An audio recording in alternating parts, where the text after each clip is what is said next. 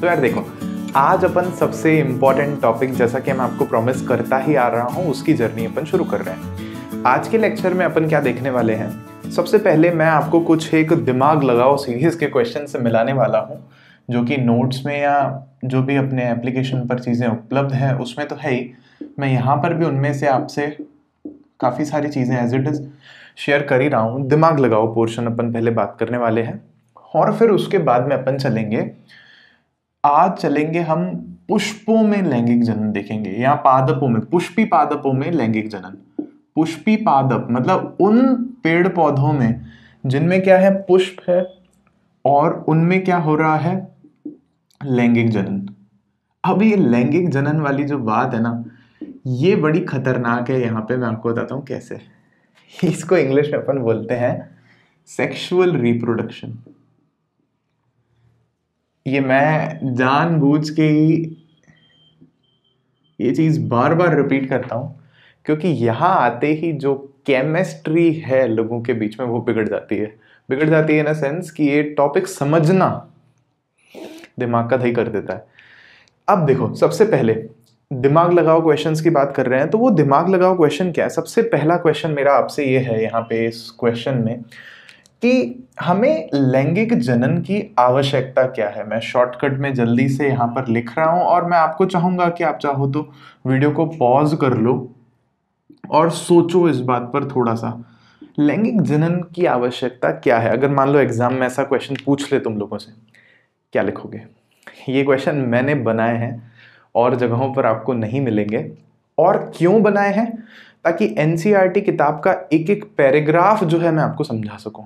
इसका आंसर जो मैं दूंगा आपको वो किताब से ही दूंगा। तो इसके आंसर में अपन है ना कुछ एक पॉइंट्स मेंशन करने वाले हैं। सबसे पहला पॉइंट जो हम मेंशन करेंगे वो है कि हम जीवों को हमारे जनन के लिए एक ऐसी विधि चाहिए जिससे बहुत ज़्यादा क्या उत्पन्न हो, विभिन्नताएं उत्पन्न हो। तो इसके उत्तर में सबसे पहला पॉइंट क्या है कि हमें क्या ज़रूरत है, किस चीज़ की ज़रूरत है? विभिन्नताओं की। अच्छा, अब ये विभिन्नताएं कैसे आती हैं? मतलब फर्दर यहां से क्वेश्चन क्या जुड़ता है हमारा कि अच्छा ठीक है, लेकिन विभिन्नता आएगी कैसे? तो उसका उत्तर क्या है हमारे पास में, हम पढ़ चुके हैं ये बात कि जब डीएनए की प्रतिकृति बनती है, क्या बनती है? डीएनए की प्रतिकृति बोले तो मैं सरल भाषा में अगर लिखूं यहां पे तो फोटोकॉपी।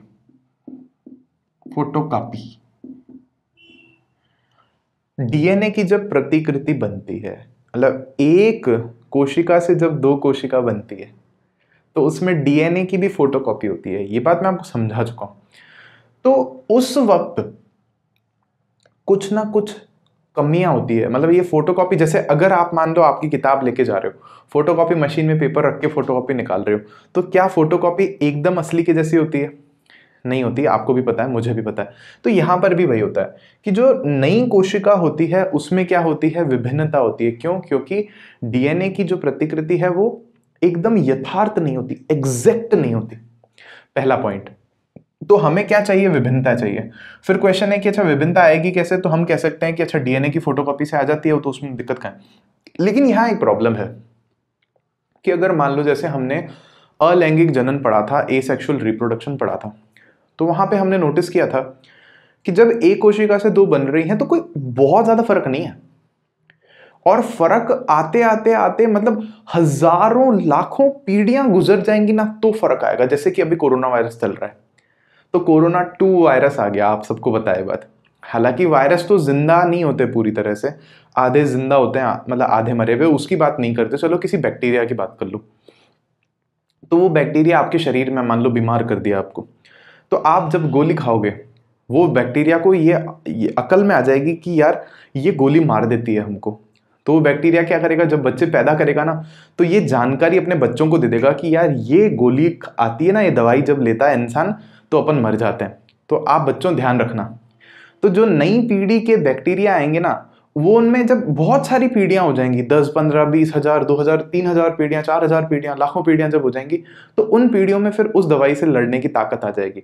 लेकिन यहां पॉइंट क्या है कि ये जो परिवर्तन है जो डीएनए में आ रहा है, ये बहुत धीरे धीरे धीरे धीरे आता है। तो इसलिए भी हमें विभिन्नताओं के लिए जो सिंपल अपना मेथड चल रहा है ना, डीएनए की कॉपी होने वाला, वो पर्याप्त नहीं होगा। सीधे साधा डीएनए की कॉपी होने वाला पर्याप्त नहीं होगा। तो इसलिए हम क्या कहते हैं कि यद्यपि डीएनए प्रतिकृति यथार्थ नहीं होती है, हाँ मतलब हमें पता है कि डीएनए कॉपी होने से चेंज आता है, लेकिन फिर भी इससे बहुत ही धीमी गति से विभिन्नताएं उत्पन्न होती हैं। पॉइंट बात समझ में आई? तो इसीलिए हमें एक नए तरीका, नए जनन की विधि की जरूरत है जिससे ज्यादा बदलाव आए और हम इतने परफेक्ट बने कि हम बोल भी सकें, हम सोच भी सकें, हम चल भी सकें, हम भाग भी सकें और हम बहुत दूर तक देख भी सकें, रंग बिरंगा भी देख सकें और हम अपने आप को बचा सकें, सरवाइव कर सकें, जिंदा रह सकें। तो एक नई विधि की आवश्यकता है। तो इसलिए हम अगले पॉइंट में लिख रहे हैं, साथ ही डीएनए प्रतिकृति में नई विभिन्नता के साथ साथ पूर्व पीढ़ियों की विभिन्नताएं भी संग्रहित होती रहती हैं। अतः समष्टि के दो जीवों में संग्रहित विभिन्नताओं के पैटर्न भी काफी भिन्न होते हैं। इस बात को समझना मैं क्या कहना चाह रहा हूं यहां पे, कि अब हमें पता है कि ठीक है, इसका आंसर मैंने आपको दे दिया कि वो अधूरा है मेथड, तो इसलिए हमें एक लैंगिक जनन, जो दूसरा पॉइंट है, नई विधि की जरूरत पड़ती है। और इस लैंगिक जनन में हम पहले देख चुके हैं कि दो जनक जो हैं मतलब एक माता और एक पिता, उनके जो भी युग्मक हैं, कोशिकाएं जो हैं वो जुड़ती हैं और नया बच्चा पैदा होता है। तो यहां पर इंटरेस्टिंग बात क्या है कि प्रत्येक जीव में, मतलब मान लो एक जीव ये है और एक जीव ये है, फॉर श्योर इसमें से एक हमारा कैसा होगा, नर होगा और एक होगी मादा। तो अगर मैं लिखना चाहूं तो मान लो ये नर है और ये होगी मादा हमारे पास में, माता और ये पिता। तो नर जो है उसका निशान अगर आपको पता हो तो इस तरह से बनाया जाता है और मादा को इस तरह से बनाया जाता है।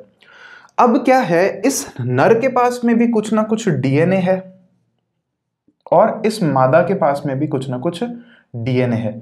अब आप अभी भी सोच रहे होंगे कि सर ये डीएनए भला क्या है। देखो समझो, पिछले लेक्चर में मैंने बहुत अच्छे से समझाया, लेकिन अभी मैं फिर से बस एक बार आपको छोटा सा ग्लिम्स दे देता हूं कि हमारे शरीर में बहुत ज्यादा कोशिकाएं हैं, ट्रिलियंस कोशिकाएं हैं। तो उनमें से अगर कोई भी कोशिका अगर मैं जाकर के मान लो पकड़ूं, अपने जीव की कोशिका मान लो, तो इसमें क्या होगा कि अंदर हमारे पास में इस कोशिका को मान लो अपन बड़ा करके बनाया ऐसा करके, तो इसमें हमारे पास में अंदर एक क्या होगा, केंद्रक होगा, और उस केंद्रक में हमारे पास में क्या होंगे, क्रोमोसोम्स होंगे, या क्रोमोसोम्स इस तरह के कुछ हमारे पास में गुणसूत्र जिनको हम कहते हैं, और ये मौजूद है। ये कितने होते हैं हमारे पास में वो सारी चर्चा अपने को आगे करनी है, बट हाँ अभी ये है, ये होते हैं, जितने बनाए हैं उतने गिनने मत बैठ जाना, बस ऐसे ही बनाया मैंने इनको। अब इन गुणसूत्रों, ये गुणसूत्र असल में है क्या, ये एक धागे से बने हुए हैं। अगर आप बाहर जाके इनको खोल के देखोगे ना, और वो धागा कुछ ऐसा है, और यही धागा दरअसल में क्या है, DNA, deoxy ribo nucleic acid. पिक्चरों में देखते हो ना डीएनए कैसे दिखाते हैं अपने को, वो ऐसे चालू होती है कोई पिक्चर वो कंप्यूटर वाला, तो वही डीएनए की बात हो रही है यहाँ पे। तो इसके पास कुछ अपना डीएनए है और इसके पास कुछ अपना डीएनए। अच्छा, अब आप सोचोगे कि सर ये डीएनए करता क्या है, ये भी मैं आपको बता चुका हूँ, आपको याद होगा, देखो अभी याद आ जाएगा। बाल का कलर, आंख कहाँ पे आएगी, नाक कहाँ पे आएगी, नाक का साइज क्या होगा, चेहरा कैसा होगा, जीभ कहाँ पर आएगी, दांत कितने आएंगे, 100 तो नहीं आ जाएंगे दांत, हर चीज जो है शरीर की, जब एक कोशिका से हम आज इतने बड़े बने, इतनी सारी कोशिकाएं बने, वो सारी इंफॉर्मेशन किसके पास है, इस डीएनए के पास है। तो इस पॉइंट में हम लोग कह रहे हैं कि जब लैंगिक जनन होगा तो नर और मादा का जो डीएनए है वो मिलेगा आकर के। तो उससे क्या होगा कि इसकी पीढ़ी जब चल रही थी ना, पिताजी से, दादाजी से, परदादाजी से, परदादाजी के भी दादाजी से, और पिताजी से और माताजी से, तो इसकी पूरी गोत्र बोलते हैं ना अपने इधर ये हिंदी जो क्षेत्र है, हरियाणा, राजस्थान, पंजाब, यूपी, बिहार और भी जगहों पर बोलते हैं इसको। तो जो गोत्र है वो गोत्र का डीएनए इकट्ठा होता आ रहा है कि भाई दादाजी के दादाजी ने दादाजी को कहा था कि भाई आपके, मतलब कहा तो क्या था, डीएनए से उनके डीएनए में कुछ चेंज आया था, फिर अगले में कुछ और इकट्ठी हो गई थी बात, फिर उनका डीएनए में जो चेंज आया था वो यहाँ इकट्ठा हो गया था। सेम यहाँ पर हो रहा है।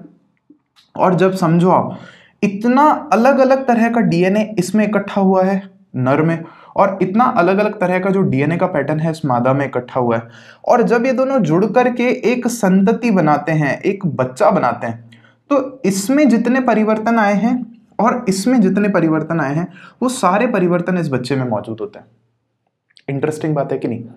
तो वो जो सारे परिवर्तन इस बच्चे में मौजूद हैं वो उसको एक अनोखा बच्चा बना देंगे, मतलब यूनिक। आप हर कोई और मैं, हम सब एकदम यूनिक हैं, हमारे जैसा कोई और नहीं है। क्लियर? क्लियर हुई ये बात? तो इसमें हम अगले पैटर्न में ये लिख रहे हैं, अतः समष्टि के दो जीवों में संग्रहित विभिन्नताओं के पैटर्न भी काफी भिन्न होते हैं। ये समष्टि में जो भी जीव इकट्ठे हुए ना, अगर इन दोनों जीवों के डीएनए सीक्वेंस देखें, या जैसे समझो ये जो होता है ना फिंगरप्रिंट, वो जो लेते हैं उस पर अंगूठा छापते हैं अपन, तो दो इंसानों का फिंगरप्रिंट सेम होना नामुमकिन है, बहुत मुश्किल है, करोड़ों में दो का भी नहीं होगा सेम ऐसे। तो इतना अलग यहां पे है और इतना इस जीव में अलग है डीएनए का पैटर्न।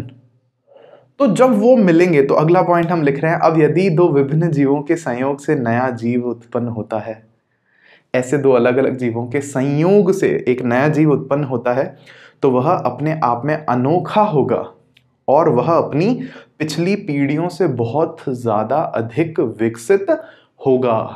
पॉइंट समझ में आया क्या कि लैंगिक जनन की क्या आवश्यकता है? दिमाग लगाओ में पहला क्वेश्चन है अपना, लैंगिक जनन की क्या आवश्यकता है, क्यों, वाई?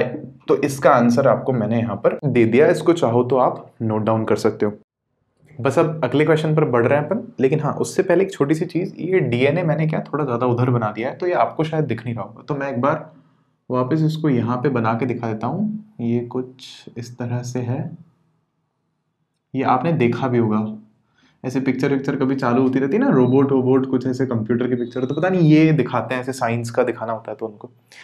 फिर उसके बाद क्या है हमारे पास में, अब अगला क्वेश्चन एक यहाँ बहुत इंटरेस्टिंग पैदा होता है। आई थिंक मतलब आप सोच पाए हो कि नहीं सोच पाए पता नहीं, लेकिन आप एक बात बताओ मेरे को, चलो मान लो एक बार के लिए कि ये जो नर हमारा जो है, जो पुरुष है, जो मेल है, उसमें मान लेते हैं अपन इंसान में मान लो 100 डीएनए है। मतलब मैं एकदम रैंडम चल रहा हूँ, ऐसे डीएनए को ऐसे 100-200 नहीं गिन सकते आप, मैं केवल उदाहरण देके आपको समझाना चाह रहा हूँ एक चीज। मान लो इसके पास 100 डीएनए है और मान लो ये जो मादा है इसके पास भी 100 डीएनए है, इसका थोड़ा डीएनए अलग है, इसका थोड़ा डीएनए अलग है, थोड़ा तो क्या बहुत ही अलग है ऐसा मान लो। तो अब अगर इन दोनों के संयोग से बच्चा अगर पैदा हो रहा है, तो उसके पास तो फिर 200 डीएनए हो जाएगा। और अगर मान लो एक बार के लिए कि ये जो बच्चा पैदा हुआ है, ये बच्चा है हमारे पास में मान लो लड़का, ये लड़के का निशान, और ऐसे ही मान लो एक और हमारे पास में कोई पैदा हुआ है और वो है हमारे पास में लड़की, तो उस लड़की के लिए हम निशान बनाएंगे कुछ ऐसा। अब मान लो इसके पास है 200 डीएनए और इसके पास भी है 200 डीएनए, और जब अगर ये वापस जुड़ते हैं, वापस मतलब संयोग करते हैं और इनसे फिर नया बच्चा बनता है, तो उसके पास तो 400 डीएनए आ जाएगा।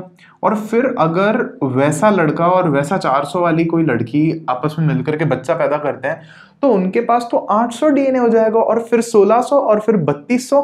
तो ऐसे ऐसे होते होते होते क्या होगा, एक दिन पृथ्वी पर केवल डीएनए ही बचेगा, आप और मैं तो दिखेंगे नहीं। इंटरेस्टिंग क्वेश्चन है भाई। कहने का मतलब ये है कि अपने पिताजी में और अपने दादाजी में, अपने पिताजी के दादाजी में, या जो भी मम्मी जी में, नानी जी में, जो डीएनए की मात्रा है ना वो तो समान ही है ना। लेकिन यहां क्वेश्चन ये खड़ा हो रहा है कि अगर इस तरह से ये चीज हो रही है, तो डीएनए की मात्रा तो दुगनी दुगनी दुगनी होती जाएगी, और इस प्रॉब्लम को सॉल्व कैसे किया है? तो इसके लिए मैंने आपके लिए क्वेश्चन बनाया है।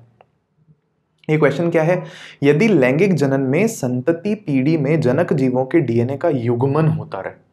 देखो लैंगिक जनन में क्या हो रहा है, संतति पीढ़ी में जो बच्चा है ना, जो उसमें क्या होता रहे, जीवों के डीएनए का युग्मन, जो डीएनए है वो युग्मित जोड़ा बनता रहे, डीएनए का डबल होता रहे, कहने का मतलब है। तो प्रत्येक पीढ़ी में डीएनए की मात्रा पूर्व पीढ़ी की अपेक्षा दुगनी हो जाएगी। सही बात है, यहां तक आप समझ पा रहे हो, इसमें मुझे कोई डाउट नहीं। इस समस्या का समाधान कैसे होता है? Good question. तो इसका आंसर देखना क्या है, इसका आंसर है हमारे पास में, मैं यहां पर लिख रहा हूं, इसको मिटा रहा हूं थोड़ा सा, अर्धसूत्री विभाजन। क्या है इसका आंसर हमारे पास में? इस क्वेश्चन का आंसर है अर्धसूत्री विभाजन। इसके बारे में भी मैं आपको थोड़ा बहुत पहले बता चुका हूं। और इंग्लिश में इसको हम लोग कहते हैं माइटोसिस। खैर छोड़ो उस बात को। अर्धसूत्री विभाजन, अब इस अर्धसूत्री विभाजन में होता क्या है वो ध्यान से सुनो। हमारे शरीर में दो तरह की कोशिकाएं होती है। एक तरह की कोशिकाएं तो वो होती है जो बच्चा पैदा करने में भाग लेती हैं, मतलब रिप्रोडक्शन में, जनन की प्रक्रिया में भाग लेती हैं, और दूसरी तरह की कोशिकाएं वो होती हैं जो बच्चा पैदा करने से उनका कोई संबंध नहीं होता है खास। और ये खास कैपेबिलिटी हर जीव के पास में नहीं है, ये केवल उनके पास है जो लैंगिक जनन करते हैं। इस बात को पकड़ना। अब वो कोशिकाएं जो हमारे शरीर की हैं, जैसे मान लो ये गाल की कोशिकाएं या जीभ की, माथे की, थोबड़े की, कहीं की भी, इनको कहते हैं हम लोग सोमैटिक सेल्स इंग्लिश में, या हिंदी में इनको हम लोग बोलते हैं कायिक कोशिकाएं। ये कोशिकाएं बच्चा पैदा करने में रोल नहीं निभाती कोई ऐसा खास। तो इनमें क्या हो रहा है, जैसे थप्पड़ मारी तो हाँ यहीं दूसरी आ जाएगी, दूसरी कोशिका बन जाएगी वैसी की वैसी, लेकिन हाँ जो नया बच्चा पैदा हो रहा है ना, उसमें इनका कोई खास रोल नहीं है। उसके लिए हमारे पास में दूसरी कोशिकाएं होती हैं जिनको हम लोग बोलते हैं युग्मक कोशिकाएं। क्या बोलते हैं? बोल मेरे दोस्त समझ इस बात को, पकड़ इस बात को अच्छे से। ये वाला चैप्टर और अगला वाला चैप्टर जो है ना, वो दोनों जुड़े हुए हैं। अगर आपको एक समझ में नहीं आएगा तो दूसरा समझने में बहुत ज्यादा मुश्किल होगी।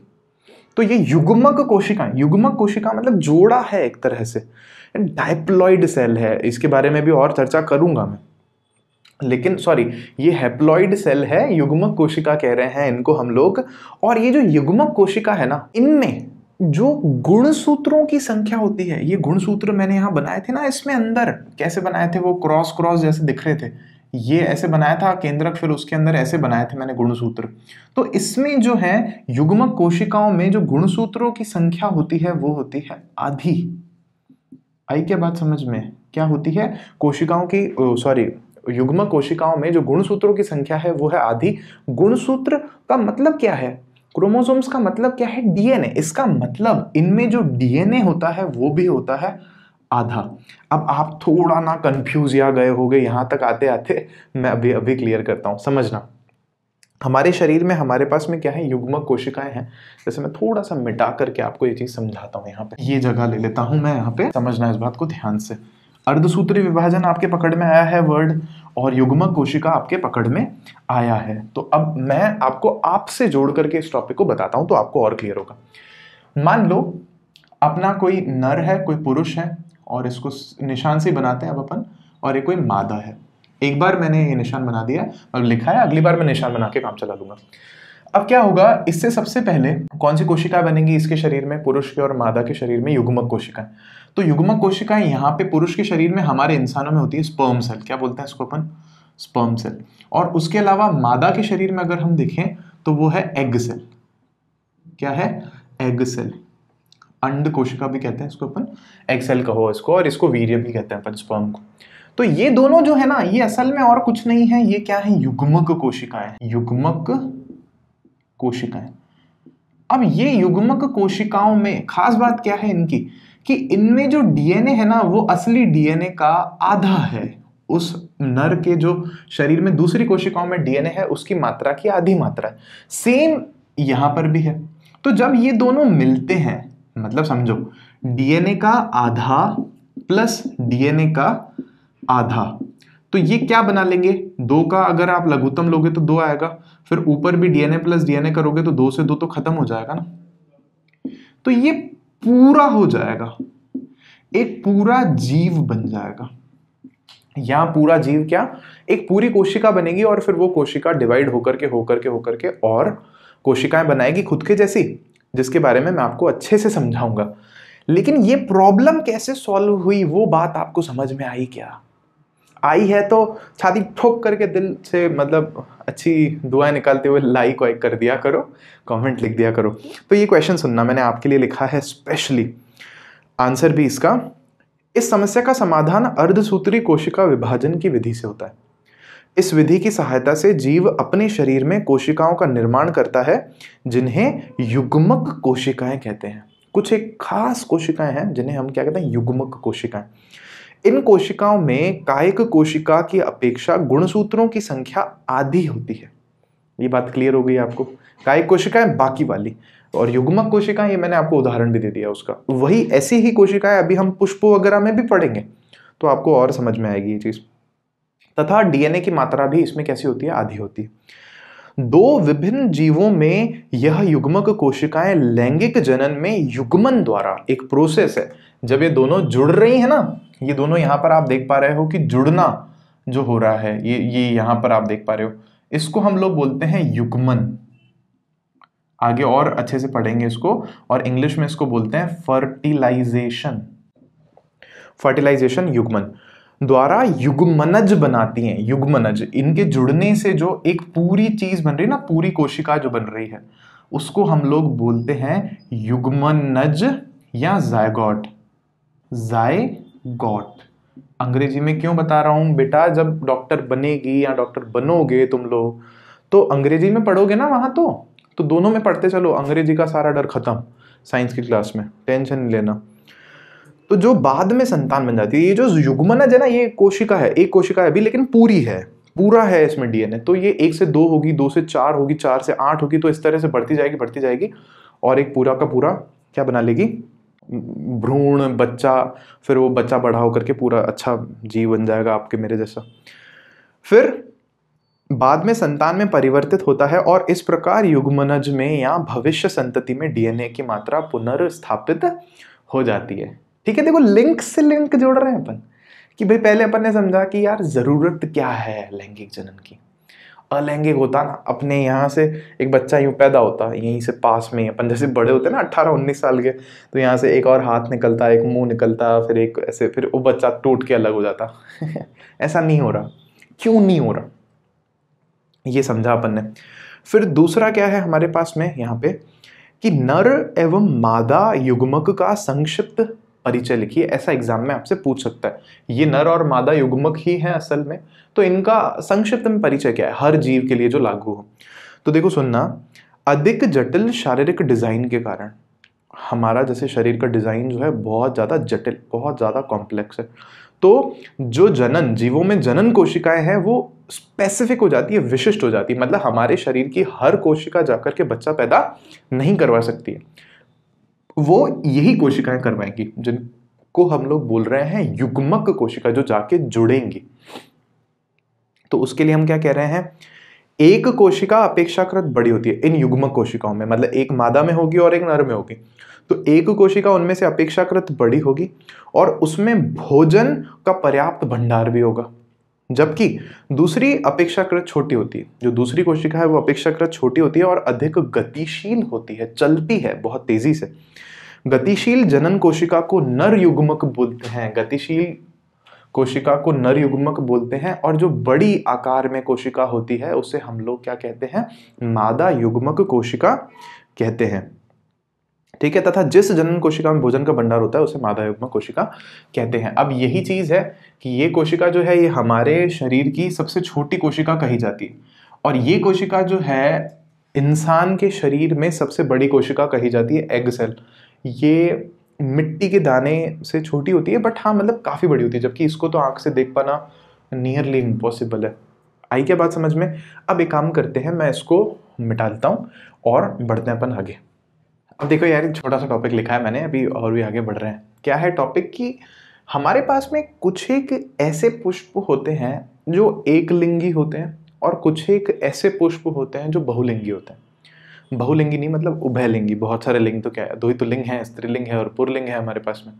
तो पहला क्या लिखा है अपन ने, एक लिंगी पुष्प, कि जब पुष्प में पुंकेसर, अब ये नई नई टर्म्स जो है इंट्रोड्यूस होना चालू हो गई हैं, एक को एक्सप्लेन करेंगे, डरने वाली बात बिल्कुल भी नहीं है। पुंकेसर, पुंकेसर का मतलब है कि जो मेल रिप्रोडक्टिव पार्ट है उसकी बात चल रही है यहाँ पे। मेल रिप्रोडक्टिव बोले तो नर जनन अंग, जैसे हमारे शरीर में जनन वाला अंग कौन सा है आप सबको अच्छे से पता है, लिंग है, और स्त्रियों में जो है योनि है, या जो भी और अपन देखेंगे आगे। तो यहाँ पे पुष्प में कौन है, पुंकेसर, पुरुष, पु है ना आगे, तो मेल हो गया, पुरुष हो गया। और अथवा स्त्री केसर, स्त्री लगा हुआ है आगे, तो वो फीमेल रिप्रोडक्टिव पार्ट हो गया, या मादा जननांग उसको कह सकते हैं अपन। अगर दोनों में से कोई भी एक उपस्थित हो पुष्प में, मतलब एक फूल ऐसा हो जिसमें दोनों में से केवल कोई एक ही हो, तो उस पुष्प को हम लोग क्या कहते हैं, एक लिंगी कहते हैं। तो कहने का क्या मतलब है कि ऐसे पुष्प अपने को दो पौधे लगाने पड़ते हैं, एक नर वाला लगाना पड़ता है और एक मादा वाला लगाना पड़ता है। तो मैं ये आपको दे रहा हूं होमवर्क, ठीक है, कि ऐसे पौधे कौन से हैं, 2-3 उदाहरण उनके आप लिखोगे, ताकि जब अगली बार अगर आप अपने बगीचे में वो मतलब मान लो फल का पेड़ लगाना चाहो जो कि कैसा हो, एक लिंगी हो, तो आप दो लाओ, नर भी लाओ और मादा भी लाओ। मतलब एक लिंगी है तो आपको दोनों वहां पे लाने पड़ेंगे। वैसे आपको इतना दिमाग लगाने की जरूरत नहीं है, वो दुकान वाला जो होगा ना, नर्सरी वाला, वही आपको दो निकाल के देगा। आप सोचोगे यार मैंने तो एक मांगा था, ये दो क्यों दे रहे हैं, तो आपको फिर वो बताएगा कि जब नर से जो बीज हैं, एक तरह से बीज जिनको हम कह रहे हैं बीज नहीं है, अभी आगे देखेंगे अपन, पराग कण जो है, पोलन ग्रेन्स, वो इससे इस पे जाएंगे तभी यहाँ पर आपको फल जो है वो मिलेगा, ठीक है। तो इसलिए ये हो गया एक लिंगी, या इंग्लिश में इनको बोलते हैं यूनिसेक्सुअल फ्लावर। यूनि का मतलब होता है वन, ठीक है, यूनिट, ऐसे याद रखो। फिर क्या है हमारे पास में उभयलिंगी, या जिसको बोलते हैं बाई। बाई मतलब होता है दो, उभय मतलब जिसमें दोनों है। तो उभयलिंगी पुष्प कौन से हैं, जब पुष्प में क्या है, पुंकेसर और स्त्री केसर दोनों ही हैं, तो उसे हम लोग क्या कह रहे हैं, उभयलिंगी पुष्प कहते हैं। आई होप इसमें भी आपको कोई डाउट नहीं होगा। मतलब इस वाले पौधे में जरूरत नहीं है अलग अलग नर और मादा का पौधा लाने की, एक ही में आपका काम हो जाएगा। तो इसके भी जो उदाहरण हैं वो मैं आपको दे रहा हूं होमवर्क में। और होमवर्क आप मेरे तक कैसे पहुंचाओगे, अगर आप ये वीडियो यूट्यूब पर देख रहे हो तो कमेंट सेक्शन में लिखना, और अगर यूट्यूब पर नहीं देख रहे हो तो अपनी कॉपी में अच्छे से तो लिख ही लेना, ताकि मुझे पता चल जाए। अब उसके बाद में जल्दी से मैं इसको मिटा रहा हूँ और अपन आगे मैं आपसे एक चित्र बनवा रहा हूँ। तो एक खाली पेज लेके तैयार हो जाओ। तो देखो ये चित्र मैं दिखा रहा हूँ आपको, एक किताब में दे रखा है अपने को चित्र, और एक तो इसलिए भी करा रहा हूँ, और दूसरी बात ये है मैंने यहाँ स्टार का निशान बनाया। देखो ये चित्र सीधे एग्जाम में पूछा जाता है, सीधे बोलेगा कि एक पुष्प का अनुदैर्घ्य काट का चित्र बनाओ, नामांकित चित्र बनाओ। अब वहां ये नहीं लिखा हुआ आएगा कि उभयलिंगी, ये चीज मैंने ऐड की है यहाँ पे, मतलब अंडरस्टूड है कि उन्होंने जो किताब में हमें चित्र दे रखा है ना, वो वही पूछ रहे हैं। और ये वाला चित्र है दोनों लिंग वाला, मतलब इसमें पुरुष भी एक में ही है, पुंकेसर जिसको बोल रहे हैं वो भी एक में ही है, और जो स्त्री केसर है वो भी एक में ही है। तो देखो यहाँ पर सबसे पहले क्या कर रहे हैं अपन, चित्र का डायग्राम, फिर उसको लेबल करेंगे। तो चित्र का डायग्राम देखो कैसे बनाना है। सबसे पहले हम एक बना रहे हैं बाहर की पंखुड़ी, ऐसे सेपल। थोड़ा सा मैं किताब से अलग बना रहा हूँ, इसका कारण ये है कि ये बनाने में भी थोड़ा सा आसान है, और इसके अलावा खैर यही खास कारण है, दिखने में भी अच्छा है और बनाने में भी आसान है। किताब वाला बनाने में थोड़ा मुश्किल पड़ता है, तो इसलिए ये वाला बना रहे हैं अपन। अब इसमें यहाँ पर हम लोग बना रहे हैं ये वाला जो हिस्सा बनाया ना अभी मैंने, इसको बोलते हैं हम लोग मादा जननांग। करेंगे इसकी भी और चर्चा अलग से भी करेंगे, इसको पढ़ेंगे अपन। और इसके अलावा अब जो मैं बना रहा हूँ यहाँ पे, ये है हमारा पुरुष, या जो नर जननांग है ना, अभी नाम वाम भी देंगे इनके, और नर जननांग एक और बना रहा हूँ मैं यहाँ, साथ साथ में बनाते चलना नहीं तो दिक्कत होगी फिर। अब हम थोड़ी और पंखुड़ियाँ वगैरह बना रहे हैं यहाँ पे। तो सिंपल सा आप बना सकते हो, ऐसे दिल का शेप की मान लो पंखुड़ी यहाँ पे। अब मान लो कि ये यहाँ आ गई पंखुड़ी, यहाँ से जा रही होगी, हो सकता है कि यहाँ पे जो है दूसरी पंखुड़ी शुरू हो गई हो पीछे से, और ये यहाँ आ रही हो, और हो सकता है कि यहाँ पर कोई और पंखुड़ी शुरू हो गई हो इस तरह, ठीक है। और भी अच्छे से बना सकते हैं अपन उसको, लेकिन आई थिंक काम चल जाएगा। एक मान लो यहाँ पर भी है हमारे पास में ऐसी पेटल, एक मान लो यहाँ भी बना ही लो। तो खूब सारी पत्तियां हैं इस फूल में, ये लाल रंग की पत्तियां बनाई हैं हमने, और ये ग्रीन कलर और जो है हमारे पास में ये हमने जननांग बना दिए हैं। इसके अंदर आपको थोड़ा सा यहाँ पे एक स्ट्रक्चर बनाना है कुछ इस तरह से। अब ये क्या है कैसे है ये भी पढ़ेंगे आगे, आप अभी बस दिमाग मत लगाना इतना सा, ऐसा कुछ। अब एक आध पत्ती और बनानी है अपने को हरे रंग की ही, मान लो वो यहाँ बना देते हैं अपन। अब वैसे तो क्या ये लाल रंग अगर पूरा भरा हुआ हो इसमें तो लाल अच्छा लगेगा, हरा रंग पूरा भरा हुआ हो तो इसमें अच्छा लगेगा, लेकिन कोई बात नहीं। अब अपने को क्या करना है, इनका नाम देना है। तो मैं नाम आपको दोनों बताऊंगा, इंग्लिश में भी बताऊंगा और हिंदी में भी बताऊंगा। तो सबसे पहले अपन मेन हिस्सों की बात कर लेते हैं। तो मैं पहले ये इसकी बात कर रहा हूँ, मादा जननांग जो है, इसका जो ये ऊपर वाली टोपी टोपी है ना, इसको बोलते हैं हम लोग वर्तिकाग्र। और इंग्लिश में इसको बहुत ही प्यारा नाम दे रखा है अपन ने, स्टिग्मा। खैर यहाँ पे तो अभी मस्त मस्त नाम आएंगे। फिर उसके बाद में इसके नीचे की जो डंडी है ना, ये डंडी, इसको नाम दे रखा है अपन ने वर्तिका हिंदी में। देखो हिंदी में क्या होता है कि मतलब समझ के जोड़ना अच्छा आसान होता है। तो वर्तिका के जो आगे है वो वर्तिकाग्र है। तो अगर आप नाम भूल भी जाओ हिंदी में, तो अगर ये वर्तिका है तो मतलब ये वर्तिका है, तो ये वर्तिका के आगे वाला भाग है, तो उसका नाम वर्तिकाग्र हो जाएगा। और इसको हम लोग इंग्लिश में बोलते हैं स्टाइल। ये बहुत इंटरेस्टिंग नाम है, मैंने बोला था ना इंटरेस्टिंग नाम आएंगे स्टाइल में रहने का, तो ये स्टाइल में ही है अपना एकदम यहाँ पे। फिर इसके बाद में इसका जो नीचे वाला भाग है ना, ये जो गोला सा हमने बनाया है, इसको हम लोग बोलते हैं अंडाशय। मतलब यहाँ पे अंड कोशिका होगी एक तरह से, आप यूं समझो। और इंग्लिश में इसको बोलते हैं हम लोग ओवरी। मैं लिख देता हूँ यहाँ पे अंडाशय, और इंग्लिश में बोले तो ओवरी।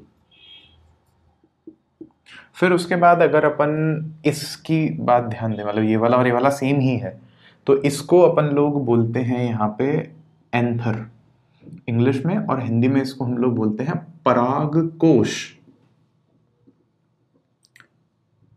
ठीक है, इंग्लिश में एंथर। और इसके जो नीचे ये डंडी है, इसको हम लोग बोलते हैं तंतु, और इंग्लिश में अपन इसको बोलते हैं फिलामेंट। फिलामेंट का मतलब ही तंतु होता है, हिंदी शाब्दिक अर्थी। ठीक है, फिलामेंट। अब ये जो तीनों हिस्से हैं ना, ये जो तीनों हैं, ये तीनों के तीनों चीजें, ये तीनों भाग हैं किसके, मादा जननांग के। या इसको मैं सिंपल में लिखूं तो स्त्री केसर मैं कह सकता हूं। कल पढ़ाई था ना अपन ने स्त्री केसर के, और कल तो क्या इसी लेक्चर में पढ़ रहे ना, कल क्या, ये जो दोनों हैं यहां पर हमारे पास में, ये दोनों हैं हमारे पुंग केसर के हिस्से, जिनको इंग्लिश में हम लोग कहते हैं, इसको हम लोग इंग्लिश में बोलते हैं स्टेमिन। जो पुरुष जननांग है ना, उस पूरे को हम लोग कहते हैं स्टेमिन। और जो स्त्री वाला जननांग है हमारे पास में, मादा जननांग है, स्त्री केसर जिसको बोल रहे हैं, इसको इंग्लिश में हमने नाम दे रखा है यहां पर कार्पल, या इसको पिस्टल भी बोलते हैं। तो पिस्टल लिखा है वैसे यहाँ पे, मैं पिस्टल कर देता हूँ, इसको पिस्टल कर देते हैं। खैर इन सब शब्दों के बीच में थोड़े थोड़े से फर्क है कि स्त्री केसर क्या है, पुंग केसर, मतलब पिस्टल और कार्पल में क्या फर्क है। तो अपन थोड़ा सा वो उन पे होगा, जरूरत पड़ेगी तो बाद में चर्चा करेंगे, नहीं तो खैर इतना डिटेल में हमें जाने की जरूरत नहीं है। यहाँ पे कुछ एक और नाम भी हमें दे रखे हैं, मैं बता देता हूँ आपको। जैसे ये जो बाहर वाला है ना, इसको हम लोग बोलते हैं, जो पत्तियां हमने बनाई है इनको हम लोग बोलते हैं दल, या इनको बोलते हैं पंखुड़ी, और इंग्लिश में इनको बोलते हैं हम लोग पेटल। ठीक है, इनको बोलते हैं हम लोग पेटल। और ये जो नीचे ये जो हमें हरे रंग की जो पत्तियां दिखाई देती हैं किसी भी पादप में, थोड़ा अच्छे से बना देते हैं, लीजिए आप खुश रहिए।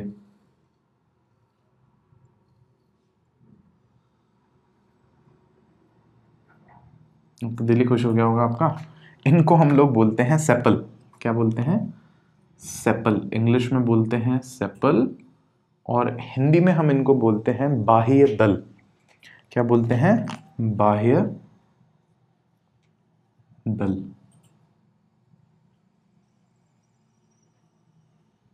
ये बाह्य थोड़ा बदसूरत सा लिखा गया है, सुधारते हैं इसको।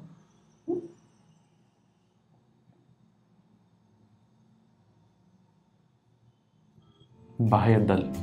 और उसके अलावा हमारे पास आई डोंट थिंक कि और कुछ बच रहा है। पराकोश हो गया, एंथर हो गया, तंतु हो गया, फिलामेंट हो गया। ठीक है, तो ये लगभग हमारे पास सारे नाम हो गए हैं। अब आप एक काम करो, इसको बनाओ अच्छे से, एक दो बार प्रैक्टिस करो, क्योंकि मैं आपको बोल ही रहा हूँ कि एग्जाम में पूछा जा सकता है ये आपसे। फिर अपन नेक्स्ट लेक्चर में इनके एक एक भाग की चर्चा करेंगे, और ये किस तरह से पूरा संपन्न होता है प्रोसेस, उसकी चर्चा करेंगे। वीडियो को लाइक शेयर कमेंट करना बिल्कुल भी मत भूलना। आपका प्यार है जो हमसे सारा काम करवा रहा है। तो मिलते हैं आपसे नेक्स्ट वीडियो में। Bye bye.